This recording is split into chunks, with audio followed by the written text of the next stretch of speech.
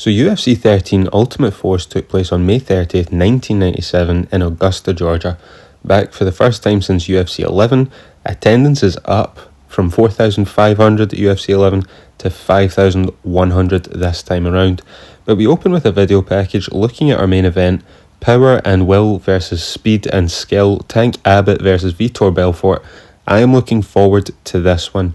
We have a heavyweight tournament and a lightweight tournament. No names announced for either tournament, but we'll find out what's up as we go. We come out of the video package to Augusta, Georgia, and thankfully, unlike last time, we do not talk about the cotton exchange. We ended up actually hitting most of the other highlights that we already visited though, which makes me think that someone at UFC probably went, oh, maybe we shouldn't talk about that. But we are back at the Augusta Civic Centre. Bruce Beck and Jeff Blatnick on the call tonight. They run down the main event. They paint Tank Abbott as the heel and Vitor as the face, which I suppose is understandable, but then we run down the tournament. Now we have somebody in here we've seen before. Christoph Leninger, I'm sure we've seen him. I recognise the name. He faced Ken Shamrock at UFC 3. He's back and he's against Guy Mezger, who has been an alternate before at UFC 4 and 5, but never in an official tournament. We also have Inoue versus Algar. We haven't seen either of them before. Inoue has some Vale Tudo experience. Algar actually has a pretty successful wrestling career. NCAA D1 gold medalist, silver at World Championships. Not half bad. In the heavyweight tournament, 4 newcomers. I'm sure you will recognise one name. We have Stepanov versus Graham. Commentary says we know literally nothing about them. So let's just all find out together, I suppose. We then have Randy Couture against Tony Halme. He's Finnish. And some wrestling fans, some WWE fans, might know the name Ludwig Borga from the 90s. Renowned homophobe. He went as far as to tattoo exit only on his own ass cheeks. So that's the kind of level that we're dealing with here. Joe Rogan's back. He lets us know what the updates are as we need them. Lightweight alternate bout, Tito Ortiz is the winner. He beat Wes Albritton with a plethora of elbows, as Bruce Beck put it. I like that a lot. And heavyweight alternate Nielsen beat Husseini. We go over the rules of the octagon, ways to win as always. And then we go to our first fight. But before we get there, now, I don't know if you'll have seen this before, but UFC have planted signs in the crowd here, okay? I don't know if I've put them in the videos before, but they've got planted models to diversify the crowd, planted signs, all that stuff. They hand them out before the event, and this one says Shamrock is a sellout written on it, which is kind of bullshit from UFC. Shamrock was one of your biggest stars who made you a whole lot of money, and as part of his WWE deal, is getting UFC promotion in front of millions of people that are watching WWE. So, fuck UFC for that, by the way. If I was Shamrock, I would be taking the UFC promo out of the contract after that shit. Whoever done that, I might not have liked a lot of Shamrock's fights, but he meant a lot to early UFC and therefore the sport of MMA as a result. And that's how you treat him on the way out, man. Fuck you. Bruce Buffer's back. They introduced Mezger and Leninger, and these Lansdowne guys, they even look like Ken Shamrock, man. We can't escape them. Mezger, I actually he's the only person to actually grab the opponent's gi and start pummeling him. So Mezger already has points from me. How can this guy be Lansdowne when we've seen Shamrock and Bolander have such boring fights, and this guy is actually about it? But a lot of gayness from these jiu-jitsu guys. And Leninger's not even jiu-jitsu, he's just out here in the gi. I think he's judo. But, he's doing his very best to put his hands down Mezger's trunks. He won't let go. He's trying to get a look at his dick. They go to the ground before Mezger stands back up. Mezger lands some kicks, some headbutts, some knees.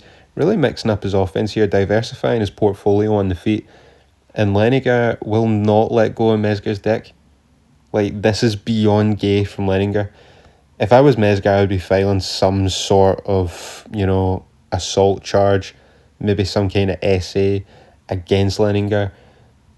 How is this allowed? He's basically cupping the balls at this point. We get a nice roll from Leninger, which lands him in mount before Mezger's able to reverse it. Quite a nice sequence. But good lord, when we make it to the guard, these lines then, guys, they never leave. The motif on the wall, we said it before. You get to guard, you never pass the guard. We never leave the guard. Thankfully, Big John eventually stands them up. Mezger actually using leg kicks, reminiscent of Marco Ruas. Where did he go, by the way? He just came in, rocked our world and left. But a nice high kick from Mezger lands. Some more kicks land with success. Leninger looks really tired here, but the fight kind of starts to slow down towards the end of regulation. And we close out regulation on the ground. Mezger on top, who definitely has won the fight so far. All he has to do is close this out. We go to overtime. The crowd boo. I don't think that's really fair, but we do need to remember at this point in early UFC, we've kind of become accustomed to quick finishes. Like, fights only really go the distance in super fights, really, or, you know, high level, between the top names, the big stars. So seeing these guys in the first round go all the way is kind of a rarity, so they're probably expecting finishes, and then that's why they're booing. But we go to overtime, whole lot of nothing. Leninger cannot stop grabbing Mezger's trunks, and he's not even grabbing the waist region. Like, he's grabbing the dick and ball region of his trunks. Thankfully, Mezger has on like 2 pairs, which, okay, cool, whatever. But this is finally over. Mezger does a fine job. Sadly, he's in there with someone who didn't want to fight and isn't very good. But Mezger wins by unanimous decision. He makes it to the final of the lightweight tournament. And what I will say about Mezger is, like, at this point, for what we've seen, like, pretty well-rounded. I think he was originally a kickboxer, but obviously his training at Lions Den means that his grappling's kind of... I mean, look, you don't really need to be a master grappler at this point. As soon as you come in here against a guy that only does stand-up, you've got the beating of him. But, he's pretty well-rounded. His grappling's decent, having been in there with Shamrock. And, yeah, throw that in with the mix of kicks, the use of headbutts. Mezger's pretty good, and strong contender for this tournament. He really could storm it in the final, but we'll just need to wait and see. In our second semi-final, we have Inoue versus Alger. Alger has Mark Coleman in his corner, and Bruce Beck says that Coleman is the only undefeated fighter with 5 or more fights. And now, he is correct, right? But technically speaking, Royce Gracie throwing in the towel against Harold Howard was never counted as a loss. It should have done. It should have counted as a loss to me. As soon as you make the walk and step into the cage, you're there. You've made the walk, you're ready to go, and you throw that towel in, that is a loss.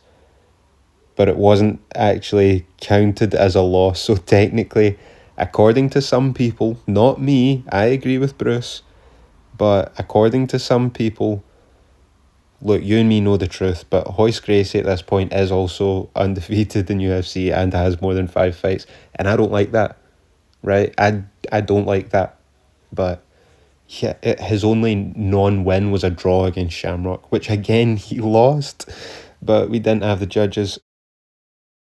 If we had the judges, Shamrock would have won. But out comes Coleman here behind Alger, who is all fired up like he's dipped into a special bag or something. Alger shoots, and his battery must have died halfway through because he ends up on the floor before even reaching Inoue, so his shoot is almost like a crawl on the floor to Inoue's feet. They struggle for a moment before Alger ends up on top into half guard. It looks like he's trying for like the Homer Simpson style double-handed throttle choke instead of just throwing hands, but Inoue grabs the arms, gets a nice armbar in there, and the fight is over. Alger taps, which I was shocked at, because I thought when I seen Coleman come out behind Alger, I thought this is wraps, this is like Alger's gonna go on and win this thing, but no, taps out, and it looks like his arm might have been hyperextended, like he's holding it very strangely as though it is actually injured, and it's completely irrelevant anyway because Inoue has made it to the final. He says in his post-fight interview he feels good, he's going to lie down and he's going to let the adrenaline wear off. All I'm saying is, we know who won that alternate lightweight fight, so we'll see if Inoue can make it to the final. We then get Propaganda, which would become somewhat of a regular fixture here tonight and moving onward. But we get Tank Abbott Propaganda, where we run through his entire UFC run. They show him literally punching a guy in the crowd at UFC 8. And that must be the brawling by him on that Bruce Beck was talking about. I thought it was to do with the bar fights that he kept mentioning on commentary, but apparently not. He punched someone in the crowd, and that's what got him suspended. But turns out it wasn't just any guy that he punched. It was a man called Alan Goes, who was a Brazilian fighter. He trains with Vitor Belfort, or he's like his coach. So that adds a personal element to this super fight and some animosity that I wish we knew about before the pay-per-view. Now I get it. Look, I'm reviewing this fucking 30 years after the fact, right? But we teased this Vitor Belfort Tank Abbott fight at our last event. I wish they'd mentioned that. Like, I wish they'd mentioned that there was this personal animosity between them, because Tank, I say attacked, right? Tank, he thinks he's justified in what he done. But, you know what I mean? They've already had a fight. I feel as though that would have been perfect way to build up this fight, but not to worry. In that video, they actually show the Don Fry fight again, and I cannot believe that Tank didn't win that. Like, what a chin on Don Fry. Genuinely, if Tank wins that fight, he would then have fought Dan Severn for the heavyweight title. And then who knows what happens. The first heavyweight champion could have been Tank Abbott. I doubt it, but it could have been. Moving onwards, we have Stepanov versus Graham. Stepanov is the Russian Special Forces military hand-to-hand Russian champion from Minsk in Belarus. So I don't want to get into any of the politics here because I don't understand it and don't even really want to be honest. Graham starts off hot, charges across the octagon, gets the takedown on Stepanov with a big slam into half guard, and then into side control looking for the key lock. He gets it. Stepanov taps, like, nasty arm lock here. Impressive from Stephen Graham. How is this guy 23 years old? Fucking look at the size of this guy. But he has a nice interview with Joe Rogan after the fact, so nice win for Graham, good for him. And he makes it to the heavyweight final. Next up, we have Randy Couture versus Tony Halme. And we're just going to get straight into this one as well because fuck it, why not? Halme lands, I'm going to get mixed up with the Halme and the Halme, it's just one of these things. He loads up, charges straight across the octagon before he can even throw. Couture meets him, gets the takedown with a double leg. And I think Halme has been dipping into the bag of whatever Mark Coleman is on, because when he's down here, right? And I'm not talking about whatever uppers that Coleman was on to get himself hyped up, maybe the smelling salts, whatever, right? I'm talking about his special bag that gives him all the big muscles, right? Because when he's on the ground here, he has veins on his shin popping. I've never seen anything fucking like this before. Popping shin veins. Couture's able to get the back and the choke. He wins by submission in a minute. He faces Steve Graham in the final of the heavyweight tournament. Nice win for Couture. Then again, if you know the name Randy Couture and you know what he would become, you expected this. But at the time, in a debut performance, he done really well. We get another UFC flashback. Now, we got these at our last event and they're going to start doing this and keep them coming. I'm not a fan. It just feels like filler, like they're stalling. And it's like there's no need. We've had all these events where we've just kept it rolling, kept the action moving.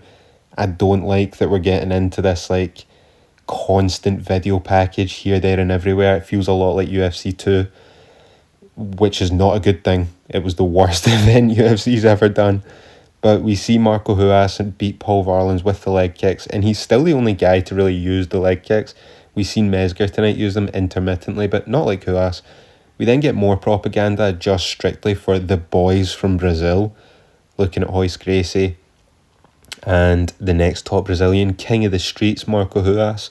And then Bruce Beck describes this as the next generation of Brazilian fighter, Vitor Belfort. And the UFC love these Brazilians. I feel like even here they put Brazil at like the top of the food chain when it comes to nationality of fighters. They put more focus on Brazil than they do even Americans, even though we've had a lot of American winners and a lot of American champions. But after that, we end up getting the Vitor Belfort propaganda just back to back to back. Here it is exhausting. And I get stalling for time, but why not just do what we used to do and put the super fight on here and then have the tournament finals at the end of the night? Because this is a lot of promo videos. Again, back to back to back. Draining. Al Stanky now talking about Vitor and keeps calling him Victor.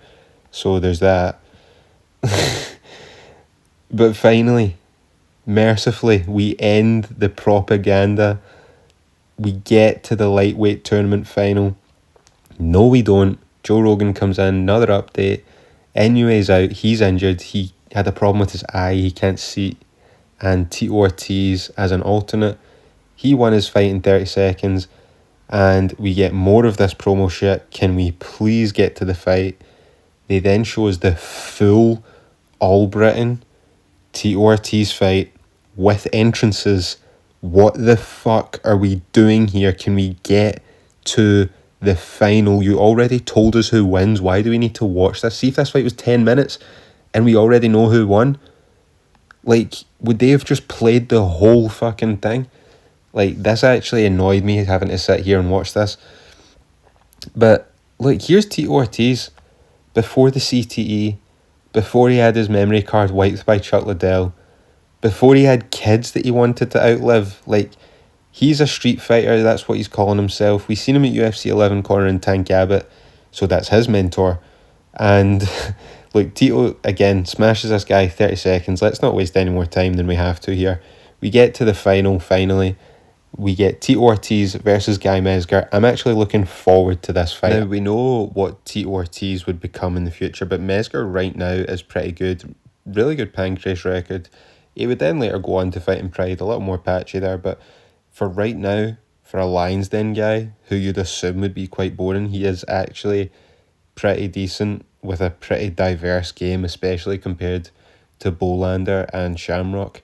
Frank Shamrock is in the corner of Guy Mezger tonight, and the fight begins. They start standing. Tito just starts swinging like a lunatic here. Mezger ends up just shooting on him. He doesn't want any part of that. Tito ends up sprawling on Mezger and knees Mezger from the top to the head before he tries an inside cradle to transition. And it sure looks like Mezger taps here, but and commentary's kind of freaking out. They're like, was that a tap there from Mezger? But Bruce is going ballistic on commentary. Jeff Blanick agrees. He says it sure looked like it did, but Big John stands this up. Tito Ortiz thinks that he's won, which he thinks the fight stopped, but Big John's just stopping it to check the cut on Mezger's head. He addresses the potential tap. Big John says that Guy Mezger was not tapping, it was an attempted block, and Tito must have said to Big John, like, here, he tapped out, but Big John was having none of that and said that it was an attempted block, so that is what it is. Now, Tito really had the advantage here, and it looked like he was going to win the fight, but we get stood back up. We're now restarting the fight back in the centre. They start throwing again. Then Tito shoots on Mezger this time. Sort of apropos of nothing. He didn't have to do it. He chose to. And he get countered. He get thrown into a guillotine and had to tap out. And he was fucking pissed off. But there you have it. Guy Mezger wins the lightweight tournament. That's 2 Lions Den guys in a row. Jerry Bolander, Guy Mezger winning the lightweight tournaments. And I might not like the Lions Den style, but it is clearly effective. And Guy Mezger is probably my favourite out of the lot. So I'm a Guy Mezger guy, so I'm okay with this. Tito gets up here again, pissed off. He still accepts the hug from Mezger, but you can tell he is angry.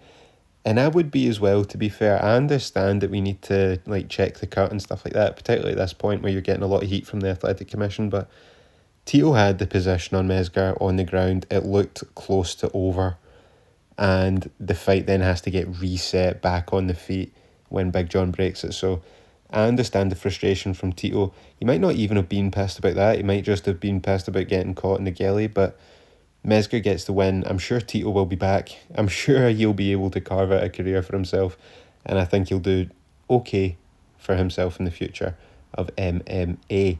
We get another Tank Abbott promo and highlights of the previous heavyweight fights before we get to our heavyweight tournament final. Steve Graham, Randy Couture. Couture starts off shooting for the double leg. He gets it, transitioning between side control from right to left via north-south. Like, he's just running amok, running rings literally around Graham on the floor. Couture goes for the rear naked choke. He can't get it the first time. Graham does well to escape, to be fair, but Couture stays on top. We're moving really quick here, and it's nice to see actual athletic heavyweights who can go, and these guys are big. They are very heavy, but they can actually move, which is nice. Couture's inside control before sprawling on top of Graham, lands some knees to the head from the top. Big John almost steps in. He does his best Joe Rogan impression, telling Graham to get out of there, before Couture takes the back, gets the hooks in, and I thought he was going to go for the choke here and get it, but instead chooses to land ground and pound to the back of the head. Big John then steps in, and there you have it. Randy Couture has won his first heavyweight tournament at the first time of asking. So there you go, a star is born. Randy Couture, the first of many victories for Randy Couture. But there you have it. That's your lightweight winner, Guy Mezger, your heavyweight winner, Randy Couture. We get another flashback of Tank Abbott beating Cal Worsham at the Ultimate 96. We then get a flashback, well, they conveniently leave out the ending, by the way, with the punch after the bell after the break. We then get the flashback of Vitor's last two fights at UFC 12, and after what feels like an eternity, we finally get to the main event. The fight we have really been waiting for. Tank Abbott versus Vitor Belfort. They call this the super fight.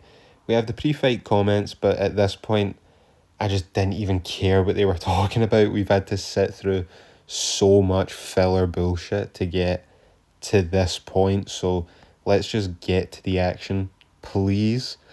The fight starts. They have been building to this stand and bang contest through all of these videos. So when the fight starts and Vitor shoots immediately and just charges at Tank, tries to body lock and take him down, oh my god, like, I was frustrated to say the least. Tank is able to get back up and he just gets Vitor back on the feet. He doesn't want to go on the ground. Like, get the fuck up. This is what we've been selling this entire time, so respect to Tank Abbott for that. He wants to throw. So does Vitor, to be fair, when he gets on the feet. I don't know why he shot like that, like why he just lunged forward into that takedown attempt, but look, Tank Abbott wanted it on the feet, and be careful what you wish for. Vitor shows that speed and power, knocks down Tank Abbott, lands some good ground and pound, and Vitor finishes the fight, and for the first time ever, Tank Abbott actually gives some respect and some credit to his opponent, shaking his hand and giving him a hug. Now, these fights here, this fight in particular, was billed as a super fight, even though there isn't a title on the line. There is no more super fight title. And I was thinking about ranking all of these super fights, but I'll need to have a look and see what actually qualifies and what was actually named as a super fight. I think we might have another one coming, so we'll wait and see before we do that ranking. But look, Vitor gets the win. You would need to think this would put him in line for a heavyweight title fight, because he's won a tournament, he's won a super fight.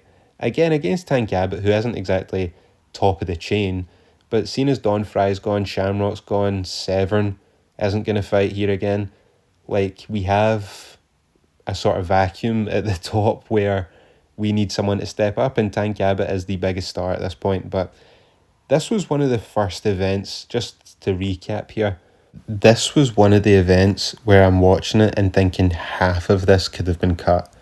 Like, It felt like it was so heavy on filler content and just bullshit promo after promo. We could have cut an hour off of this. And something that I've like taken granted for in previous UFC events is the sort of conveyor belt system that they have to keep the action moving. So you can actually, at previous events, you can tell when they're stalling, because which like is a testament to how good they were at keeping it going, that when there was a long-ish break, you can actually tell like, oh, something must be wrong, we must be looking for an alternate, something's actually happening. But here it's just like long drawn out breaks, stalling just for the sake of stalling, and it's like there's just so much bullshit. Like, I get the fight we came to see is the super fight, right? So you want that to main event. But if people have already sat through the tournament, they won't leave before the finals, even if they only came to see the super fight. If they've sat through the rest of the tournament, they'll watch the last two finals if that's the reason why the super fight must go on last. But the super fight, as we used to do it, putting it on before the tournament finals would then in turn keep the action moving, even if the fight wasn't filled with action, but at least you're watching something. And this could have been done in an hour and a half, 2 hours instead of 2.5 hours. And I understand the concept of like value for money and we need to give them something for their time. I value my time more than the $50 that it would have cost me to buy the pay-per-view if I had more fun actually watching it with all the action condensed into an hour and a half, 2 hours, instead of this 2.5 hour fucking event. But of the actual content, the actual fucking meat on the bone of the event, it wasn't bad. Guy Mezger was impressive, so was Randy Couture. In terms of the actual action of the fight, none of these are really worth going back to watch. There is no banger. Even the super fight, having next to no action, Vitor just took over and smashed Tank, so it wasn't even really the brawl that we were sold. But you can't always deliver on what you think a fight will be. Sometimes it just goes another way, so I'm not angry about the outcome of the fight, but it just was a bit of a letdown considering what you had in your mind it could have been. Neither Vitor or Tank will be at our next event at UFC 14 titled showdown, nor will Randy Couture or Guy Mezger or Tito Ortiz. But not to worry, because we have Mark Coleman defending his heavyweight championship for the first time, and not against the winner of the heavyweight tournament, not against the winner of the super fight, not even against a big name like a Fry, Shamrock. He's taking on Maurice Smith. So this should be an easy one for the champ, shouldn't it? Shouldn't it? He's a really good kickboxer, guys. I don't know about this. Should be a real easy one for the champ, guys. Shouldn't it be? We will see at UFC 14. Got that alongside the debut of the Smashing Machine, Mark Kerr. So like this video, comment your own thoughts below, hit the subscribe button and the notify bell to stay up with the content as it drops, and I will see you all next time.